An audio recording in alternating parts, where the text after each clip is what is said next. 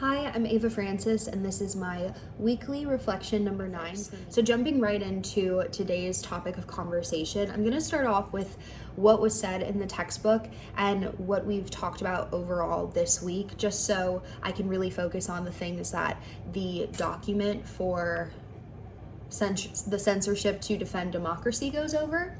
So, first things first, talking about and honestly thinking about political roles of the media and how there is a radical role, a monitorial role, a facilitative role, and a collaborative role, is something that is important to keep in mind. I think when you know the roles, it's important to see the structure, and it's easy to see where everything fits and falls into place, while obviously keeping an ethical mindset. The main problem in the public nowadays is not only does this happen to journalists, but citizens also are producing information. They have this ability because we all have electronics and phones that we can create our own platforms of news, whether that's real or fake news. So that's something that's it can be a big issue, but also can sometimes be beneficial in the digital age. But there is more fragmented and segmented audiences for political information, and this is mainly due to all of us having smartphones and access to multiple media platforms to share this news, and not only to have it in the palm of our hands, but to send it out in the snap of a finger. And as we know, time versus ethics is not something that we value in journalism. While getting something out quick can come with the territory of a specific story, as long as it is ethical, it could come out 5 hours from the event actually happening. But if it is fake news and it comes out at the drop of a hat, 30 minutes after the event, what's the point if it's something false? And that could put the media outlet, like a newspaper that's very credible and has a reputation, a very upstanding reputation, like the New York Times, for example, in a really difficult spot. And we've talked about how it's hard to build your credibility back. So fake news, very easy to put out nowadays in this digital world we're living in. So citizens are turning to non-traditional sources, especially for political information. The distinction between news and entertainment is a little less meaningful, and political learning occurs across multiple genres. So these media habits vary among citizens of different ages, and this is something that we really focused on and talked about in class this week.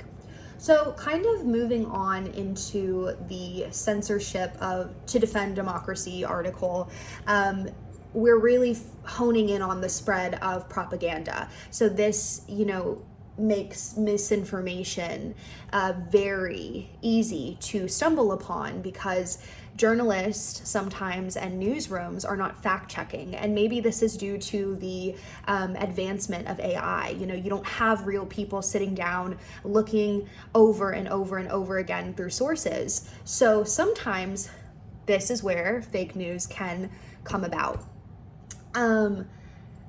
Biased narratives, misinformation, like I said, propaganda, especially on social media, is growing a concern in many democracies. So in this article, they really explore the EU ban on Russian state-led news outlets after the 2022 Russian slant on social media, the effects, and whether censorship curbs the spread of slanted narratives, which is something that is good to sit and ponder on for a second.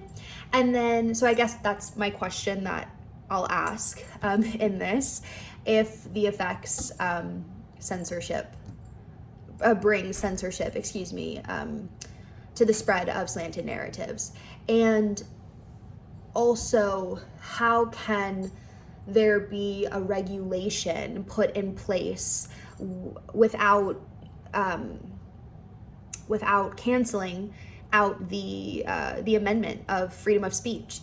How do we make sure that the news that is being spread and produced to masses of people is ethical and it's truth, without being biased, of course? And as I say in every reflection as long as you have ethical practices and you are abiding by the code of ethics, then what you are doing and the work you are putting out is 100% okay. But being ethical in front of everything, it takes priority. So a little deeper into the article and what it was discussing, and really honing in on the overall topic at hand, was the censorship to defend democracy. So it really goes into talking about figures. So if you could look at figure 2 and seeing the plots of time that the average slant by users in the countries affected by the ban in blue and those not affected by the ban in orange. This is shown in the article, this image. The measure of media slant captures the dynamics of the online discussion. So I think it really just ties into estimating like the cause of effect and honing in on the casual effect of the ban more systematically, and comparing users in the EU, which is Austria, France, Germany, Ireland, and Italy, and seeing who was affected by the ban to users located in non-EU countries. So I think to tie it all in, is censorship a viable policy tool?